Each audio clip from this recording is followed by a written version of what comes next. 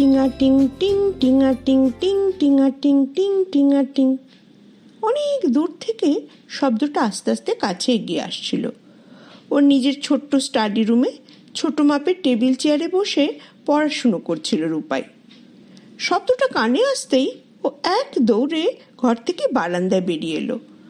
বন্ধ স্টাডি রুমের ভেতরে এসি চলছিল, তাই ঘরটা ছিল বেশ ঠান্ডা।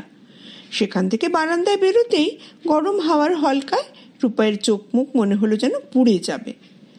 তবে 7 বছরের ছেলে গরম ঠান্ডা নিয়ে বেশিক্ষণ মাথা ঘামায় না। রূপাই ব্যালকনি থেকে ঝুঁকে রাস্তার দিকে তাকালো। রাজারহাটের নতুন টাউনশিপে রূপাইদের নতুন ফ্ল্যাট। দোতলার ব্যালকনিতে দাঁড়িয়ে যেদিকেই তাকাও আকাশ ছোঁয়া সব বাড়ি। পায়ের নিচে ঝাঁ চকচকে চওড়া রাস্তা ধরে মাঝে মাঝে তীর বেগে ছুটে যাচ্ছে এক একটা দুর্দান্ত মডেলের মোটর গাড়ি। রাস্তার দুপাশে অনেক গাছ লাগানো হয়েছে, তবে সেগুলো এখনো তেমন বড় হয়নি বলে ছায়া দিতে পারে না। রূপাই দেখলো মেন রোড থেকে যে রাস্তাটা তাদের গ্রিনফিল্ড হাউজিং এর দিকে ঢুকে এসেছে, সেই রাস্তাটার মোড়ে একজন মানুষকে দেখা যাচ্ছে। গত 1 মাসেই মানুষটাকে বেশ চিনে গেছে রূপাই। একটা দাদু, বুড়ো থুরথুরে। ওই দাদুটাই রোজ ঘন্টি বাজাতে বাজাতে রাস্তা দিয়ে হেঁটে যায়। 1 মাস আগেই রূপাই ওর বাবা মার সঙ্গে ব্যাঙ্গালোর থেকে রাজারহাটের এই ফ্ল্যাটে চলে এসেছে। এখানেই ওর নতুন স্কুলে ক্লাস 2তে ভর্তি হয়েছে। স্কুলে ভর্তি হওয়ার আগেও যখন দুপুরে বাড়িতে থাকতো, তখন রোজ ওই দাদুটাকে দেখবার জন্য বারান্দায় এসে দাঁড়াতো। লাস্ট উইকটায় স্কুল ছিল বলে দেখতে পায়নি। কাল থেকে সামার ভ্যাকেশন পড়ে গেছে। এখন আবার রূপাই বাড়িতে থাকবে। এখন আবার ও প্রত্যেক দিন দাদুটাকে দেখতে পাবে। মাম্মি যেন এতক্ষণ কোথায় ছিল। কোমরের ন্যাপকিনে ভিজে হাত মুছতে মুছতে হঠাৎ ব্যালকনিতে এসে রূপাইকে দেখতে পেয়ে একেবারে ঝাঁই ঝাঁই করে বকতে শুরু করে দিল। এ কি রূপাই, তুমি এই লুয়ের মধ্যে দাঁড়িয়ে রয়েছো কেন? একটা অসুখ না বাঁধিয়ে ছাড়বে না দেখছি। চলো, এক্ষুনি ভেতরে চলো। রূপাই বলল, আহ মাম্মি, একটু দাঁড়াও না, ওই দাদুটা চলে গেলেই আমি ঘরে ঢুকে পড়বো। এখন একটু দেখতে দাও। মাম্মি হেসে ফেলল, বলল, তুই একটা পাগল, ফেরিওয়ালা দেখিসনি কখনো? ফেরিওয়ালা তো অনেক দেখেছে রূপাই, কিন্তু এরকম অদ্ভুত ফেরিওয়ালা আগে কখনো দেখেনি। রোদ ঝমঝম রাস্তায় মানুষ তো দূরের কথা, একটা কুকুর অব্দি দেখা যাচ্ছে না। সেই মাথা ফাটানো রোদের মধ্যে দিয়েই বেটে খাটো মানুষটা টুকটুক করে এগিয়ে আসছে। পরনে হাঁটু অব্দি গোটানো ধুতি আর ছেঁড়া খোড়া ফতুয়া, দুটোই ভীষণ ময়লা। ডান হাতে ধরা ছোট্ট ঘন্টাটা টুংটুং টুংটুং করে বেজেই চলেছে। লোকটার বাঁ কাঁধে স্ট্র্যাপ দিয়ে ঝোলানো একটা মাঝারি সাইজের অ্যাকোরিয়ামের মতো চৌকো কাচের বাক্স। পুরো বাক্সটাই গোলাপি তুলোর মতো একটা জিনিস দিয়ে ভর্তি। রূপাই ওর মায়ের হাত চেপে ধরে বলে, মাম্মি দেখো তো, ওই দাদুটা ওগুলো কি বিক্রি করছে? ওগুলো কি খাবার জিনিস? কিনে দাও না আমাকে একটা। মাম্মি একবার ঝুঁকে লোকটাকে দেখে নিয়ে বলল, ধ্যাৎ, খাবার জিনিস কেন হবে? ওগুলো মেঘ। মেঘ মানে? ক্লাউড। চোখ গোল গোল হয়ে গেল রূপাইয়ের। ক্লাউড কি ওরকম রোজি কালারের হয়? ক্লাউড দিয়ে ও কি করবে বলো না মাম্মি। রূপাইয়ের মা একটু ভেবে নিয়ে বলল, ওই লোকটা সানসেটের সময় গোলাপি মেঘগুলোকে জড়ো করে, তারপর তার থেকে নিংড়ে নিংড়ে গোলাপি রং বার করে। সেই রং দিয়ে গণেশ ঠাকুরের ভুঁড়ি রং করা হয়। দেখেছিস তো গণেশ ঠাকুরের ভুঁড়ি আর ওই কাচের বাক্সটার ভেতরের মেঘগুলোর রং একদম একরকম। মাম্মির কথা শুনে রূপাই কিছুক্ষণ হাঁ করে দাঁড়িয়ে রইল। মাম্মি ঘরে ফিরে যাওয়ার পর ও আবার রেলিংয়ের ওপর ঝুঁকে দাদুটার দিকে তাকালো। দাদুটা এখন একেবারে ওর পায়ের নিচে চলে এসেছে। দেখে মনে হচ্ছে না দাদুর কাঁধের বাক্সটা খুব একটা ভারী, অথচ তার ওজনেই বুড়ো লোকটা বাঁদিকে ঝুঁকে পড়েছে। দেখে খুব মায়া লাগে রূপাইয়ের। এত বুড়ো মানুষ এই রোদ্দুরে রাস্তায় বেরিয়েছে কেন? কষ্ট হচ্ছে না ওর? ব্যালকনির নিচে এসে একবার মুখ তুলে উপর দিকে তাকায় লোকটা। চোখ কুঁচকে রূপাইকে খেয়াল করে, দাঁড়িয়ে পড়ে একটুক্ষণের জন্য। ও কি ভাবছে রূপাই ওর কাছ থেকে ওই গোলাপি মেঘগুলো কিনবে? ওগুলো কি বিক্রি করতে রাজি হবে ও?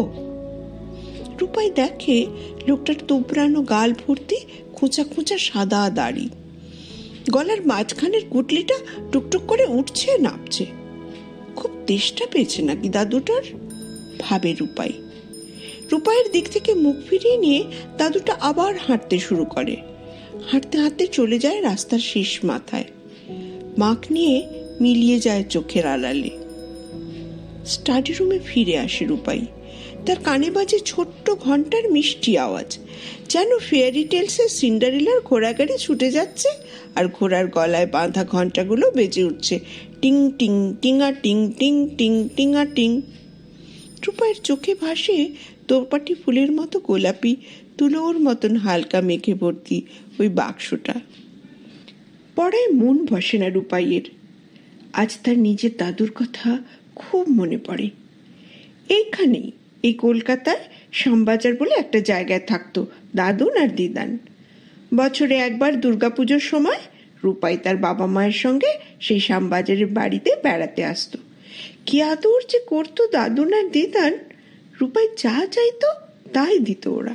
তারপর রূপাই যখন ক্লাস 1-এ পড়ে তখন দিদান স্বর্গে চলে গেল, আর দাদুনকে বাবা মা একটা নতুন বাড়িতে রেখে এলো। গঙ্গার ধারে সেই বাড়িটাতেও কদিন আগে বাবা মায়ের সঙ্গে গিয়েছিল রূপাই। বাগান ঘেরা সুন্দর বাড়ি। দাদুনের মতনই অনেক বুড়ো বুড়ি থুরথুরি বাড়িটাতে থাকেন। দাদুন সেদিন মা বাবাকে বারবার বলছিল, আমার কোনো কষ্ট নেই রে, আমি খুব ভালো আছি। কিন্তু রূপাই যেই না একবার একা একা দাদুনের কাছে গেছে, অমনি দাদুন রূপাইয়ের হাত দুটো ধরে বলেছিল, তুমি খুব তাড়াতাড়ি বড় হয়ে ওঠো তো দাদু ভাই, তারপর আমাকে এই হোম থেকে তোমার কাছে নিয়ে চলো, আমার এখানে থাকতে ভালো লাগে না। ওই যে গোলাপি মেঘ নিয়ে যায় দাদুটা, ওকেও দেখতে অনেকটা রূপাইয়ের দাদুনের মতন। রূপাই প্রমিস করে একদিন ও ঠিক মাম্মির চোখ এড়িয়ে ওই মেঘওয়ালা দাদুটার কাছে চলে যাবে। ওর নিজের জমানো অনেক টাকা আছে, 50 না 60 কত যেন। সেই মানি দিয়ে ও সমস্ত মেঘ কিনে নেবে, তাহলে ওই দাদুটাকে আর রোদ্দুরের মধ্যে রাস্তায় রাস্তায় ঘুরতে হবে না। রূপাই কিন্তু ভাবতেই পারেনি যে পরের দিনই ও মেঘ কিনবার সুযোগ পেয়ে যাবে। হলো কি, দুপুরবেলা মাম্মির কাছে হঠাৎ ব্যাংক থেকে একটা ফোন এলো, কি একটা আর্জেন্ট কাজে যেন তক্ষুনি যেতে হবে। মাম্মি যাবার আগে রূপাইকে বলে গেল, একদম ফ্ল্যাটের বাইরে পা দেবে না রূপাই, আমি আধ ঘন্টার মধ্যেই ফিরে আসছি। বেরোনোর ইচ্ছে রূপাইয়েরও ছিল না, ছেলে ধরার ভয় তো আছেই। কিন্তু মাম্মির স্কুটিটা বড় রাস্তায় বাঁক নেওয়া মাত্র ওই দিক থেকেই সেই ঘন্টির আওয়াজ ভেসে এলো, আর রূপাইও সঙ্গে সঙ্গে পায়ে স্যান্ডেল গলিয়ে ডোর ল্যাচ টেনে দিয়ে লিফট ধরে নিচে। সিকিউরিটির প্রবীর আঙ্কেল হাউজিংয়ের গেটে ডিউটি করছিল। বলল, কোথায় যাচ্ছ রূপাই? আঙ্কেল, ওই মেঘওয়ালার কাছে একবার যাব। মেঘওয়ালা? রূপাইয়ের কথা শুনে প্রবীর আঙ্কেল ভারী অবাক হয়ে গেটের ফাঁক দিয়ে উঁকি মারল। তারপর সেই গোলাপি মেঘের ফেরিওয়ালাকে এক পলক দেখে হাসতে হাসতে বলল, ও যে মেঘওয়ালা সেটা তোমাকে কে বলেছেন, ম্যাডাম? রূপাই বলল, হ্যাঁ। ঠিক আছে, যাও মেঘ নিয়ে এসো, পয়সা আছে তো? রূপাই এক গাল হেসে পকেট থেকে নোট বার করে দেখালো, তারপর গেটের বাইরে এসে দাঁড়ালো। কিন্তু সেই বুড়োকে দেখে আজ রূপাইয়ের সন্দেহ হলো ও মেঘ বিক্রি করতে পারবে না। কেমন করে পারবে? দাদুটা তো ভালো করে দাঁড়াতেই পারছে না। যা ভেবেছিল রূপাই ঠিক তাই হলো। এক পা করে গেটের কাজ অব্দি এগিয়ে এসেই হঠাৎ দড়াম করে রাস্তার উপর পড়ে গেল দাদুটা। ঝনঝন শব্দ করে বাক্সের কাঁচ ভেঙে পড়ল। আঙ্কেল বলে চিৎকার করে উঠল রূপাই। প্রবীর আঙ্কেল গেট খুলে বাইরে বেরিয়েই দাদুর অবস্থা থেকে দৌড়ে গিয়ে তার পাশে বসে পড়ল। নিজের মনেই বলল, সর্বনাশ, সানস্ট্রোক হয়ে গেছে মনে হচ্ছে। তারপর দাদুটাকে দু হাতের ওপর তুলে গেটের পাশে সিকিউরিটির ছোট ঘরটার সামনে শুইয়ে দিয়ে দাদুর সাদা চুলে ভরা মাথাটায় বোতল থেকে জল ঢালতে শুরু করলো। রূপাইয়ের এত ভয় করছিল যে বলবার কথা নয়। সে ভাবছিল, দাদু স্বর্গে চলে যাবে না তো? কিন্তু একটু বাদে দাদুটা চোখ মেলে তাকালো। প্রবীর আঙ্কেল বলল, রূপাই, তুমি এনার কাছে একটু বসো, আমি চট করে আমার কোয়ার্টার থেকে একটু খাবার নিয়ে আসি। মনে হচ্ছে ইনি অনেকক্ষণ কিছু খাননি। রূপাই ভয়ে ভয়ে জিজ্ঞেস করলো, খায়নি কেন? পয়সা নেই? প্রবীর আঙ্কেল বলল, কোত্থেকে থাকবে? এনাকে তো অনেক দিন ধরেই চিনি, আমাদের ছোটবেলা থেকেই দেখছি। তখন আমরা এনার পেছন পেছন দৌড়ে গিয়ে বুড়ির চুল কিনতাম। বুড়ির চুল? অবাক হয়ে জিজ্ঞেস করলো রূপাই। বুড়ির চুল আবার কোথায় পেলে? প্রবীর আঙ্কেল বলল, ওই একই হলো, যা মেঘ তাই বুড়ির চুল, আর তাই হলো গিয়ে হাওয়াই মিঠাই। যাকে, তোমার মতো বড় বাড়ির ছেলেমেয়েরা তো ওনার কাছ থেকে কেনাকাটা করবে না, এসব সস্তার জিনিস তোমাদের ছোঁয়াও বারণ। ওনার খদ্দের ছিল আমাদের মতো বস্তির ছেলেমেয়েরা, কিন্তু শেষ যে বস্তিটা ছিল সেটাও কালকে পুলিশ এসে তুলে দিল। সেখানেও নাকি এই বাড়ির মতন একটা হাই রাইজ ফ্ল্যাট তৈরি হবে। রূপাই বস্তি কথাটা ঠিক বুঝতে পারল না। বস্তির ছেলেমেয়েরা কি গণেশ ঠাকুর বানায়? আঙ্কেলের কাছে তো আর বলা যায় না যে সে কথাগুলো ভালো বুঝতে পারছে না। তাই কথা ঘোরাবার জন্য রূপাই বলল, ঠিক আছে, তুমি খাবার নিয়ে এসো, আমি দাদুর কাছে বসছি। প্রবীর আঙ্কেল চলে যাওয়ার একটু পরেই দাদুটা কোনো রকমের শোয়া অবস্থা থেকে উঠে দেয়ালে হেলান দিয়ে বসল। মাথাটা ঝুঁকে পড়েছিল বুকের ওপর, চোখ দুটো বোজা, কিসব যেন বলছিল বিড়বিড় করে। রূপাই দাদুর মুখের কাছে কান নিয়ে গিয়ে শুনল দাদু বলছে, ওরা আছে, ওরা কোথাও যায়নি। কারা যায়নি? দাদু কি বস্তির ছেলে মেয়েদের কথা বলছে? রূপাই ভয়ে ভয়ে গেটের দিকে তাকিয়ে দেখল, না তো, কেউ নেই তো ওখানে। দাদু আবার বলে উঠল, তোরা এসেছিস, নিয়ে নে না, নিজের হাতেই নিয়ে নে একটা করে, দাম তো বেশি নয়, 50 পয়সায় একটা।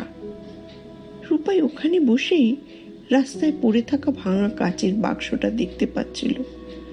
সে অবাক হয়ে দেখছিল, একটু আগে যে বাক্সটা গোলাপি মেঘে ভর্তি ছিল সেটা কেমন করে যেন ফাঁকা হয়ে যাচ্ছে। ভর্তি বাক্সটা দেখতে দেখতে প্রায় খালি হয়ে এলো। শুধু মাম্মি যেমন বলেছিল সেরকম অল্প অল্প মেঘ নিংড়ানো গোলাপি রং জমে উঠেছিল বাক্সর মেঝে।